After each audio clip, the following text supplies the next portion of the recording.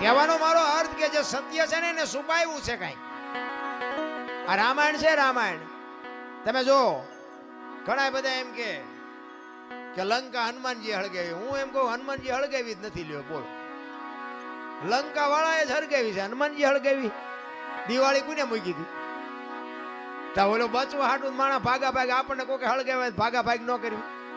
ગોદડા એમને જ વીટાડ્યા હતા, તેલ એમને રેડ્યું હતું, દિવાળી એમને મૂકી હતી. હનુમાનજી તો બચવા હાટું ભાગ્યા. હવે ગોદડા હળગતા વેરાણા લંકા હળગી, એમાં હનુમાનનો વાંક શું?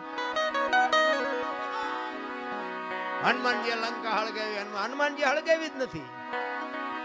અને આખી દુનિયાને ખબર છે પાકું કોઈ કરતું જ નથી. બીજી વાત તમને કરું કે સીતાજી જનક મહારાજની દીકરી મિથિલા નરેશ હવે શિવ ધનુષનું ઘોડો ઘોડો કરીને ફરતા હતા. અને પછી જનક મહારાજ જોઈ ગયા કે હવે આ શિવ ધનુષ ને મારી દીકરી જો ઘોડો ઘોડો કરીને ફરતી હોય તો આના મૂર્તિયા હાટું શું? આના માટે મૂર્તિઓ મારે કેવું ગોતું? એટલે પછી સંયમવર રચવાનું નક્કી કર્યું કે આ ધનુષને જે ભાંગે એને મારી દીકરી વરમાળા પહેરાવે. હવે ઈ સંયમવર રચ્યો ને એમાં કે રાવણ હતો એવું કહે છે. હાચું ખોટું મારો રામ જાણે હો. ઈ રાવણ થી કે ચોખા જેટલું ધનુષ હેલ્યું નહોતું.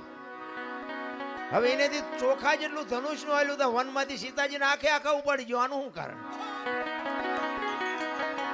આખે આખા સીતાજી ઉપડે. સીતાજી ઘોડો ઘોડો કરીને ફરતા હતા. ઈવડું ધનુષ રાવણ હલાવી ન હોય. અને વનમાંથી જેથી લક્ષ્મણ રેખા ઓળંગી ગયા અને સીતાજી આખે આખા ઉપાડી ગયા. આપણને માયનામાં આવે. પણ આમાં એક વાત પડી છે. ભોળાનાથ અને પાર્વતી બે જયારે હિમાલય ઉપર હતા ને ત્યારે પાર્વતીમાં વિષ્ણુ ભગવાનને અહીંયા બેહવા માટે ગયા અને વિષ્ણુ ભગવાને મકાન બનાવ્યું હતું.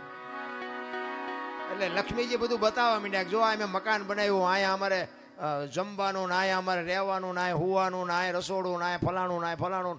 બૈરાનો સ્વભાવ હોય, ઘરમાં કઈક વસ્તુ લાવે આજુબાજુ બૈરા ભેગા થઈને બધું દેખાડે. એટલે પાર્વતીને કહે છે કે મેં આ બધું બનાવ્યું અને તમારે દીકરા મોટા થયા કે મકાન બકાન કઈ કરવા નથી. એ કે આ તો અમને હાય વિરુદ્ધ નહીં હતા. પાર્વતી ઘરે આવીને ભોળાનાથને કહે છે કે પ્રભુ મકાન આપણે નથી કરવું, આ છોકરા મોટા થઈ ગયા. ભોળાનાથ વિચાર કરે ખરું મકાન નું અત્યાર સુધી કોઈ ધ્યાન મગજમાં આવ્યું જ નહોતું, અત્યારે ક્યાં આવ્યું? એટલે કે વિષ્ણુ ભગવાન ને અહીંયા બેહવા ગઈ હતી, એમને કે સુંદર મજાનું મકાન બનાવ્યું કે આપણે નથી બનાવવું. એટલે કે એ વાત સાચી તમારી, પણ કે આપણી પાસે પૈસા નથી. હું તમને ભભૂતિ આપું, ભભૂતિ લઈને જાઓ વિષ્ણુ ભગવાન ભાઈ એના બરોબર હોનું લઈ આવ્યો અને હોનું વેચીને આપણે મકાન કરીએ, કારણ કે આપણી પાસે પૈસા છે નહીં. ભોળાનાથને ખીસું જ નહોતું, પૈસા ક્યાંથી હોય?